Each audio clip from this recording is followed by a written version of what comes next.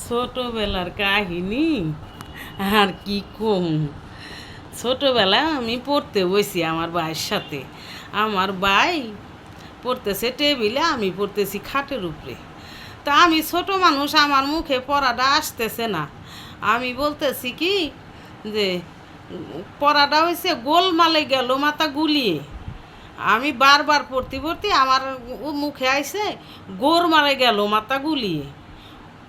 ও শুনতে শুনতে আমারে ও কয় কি, ওরে মারে গোলমালে গেল মাথা গুলিয়ে। মা তো ছুইটে আইছে। মা কইতে কী হয়েছে কী হয়েছে? কয় তোমার মেয়া কয় গোর মারে গেল মাথা গুলিয়ে। তোমার মেয়া গোল মালে গেল মাথা গুলিয়ে কইতে পারে না। এই কইলে আমার রাগ হয়েছে। আমি কইছি যা যা পড়ুম না যা। ও কি করছে, আমার কাছে আই গিয়েছে। আই গিয়ে ওরে গাপুত গুপুত করে কিল দিলাম। কিল দিলে ও কিছুই হাতের কাছে না পাইয়ে ও আমার চুলে আগুন ধরাই দিছে কুপি বাতি দিয়ে। এই রকম জ্বালা ছোট ভাই বোনের কে কয়জনে খাইছেন কোন।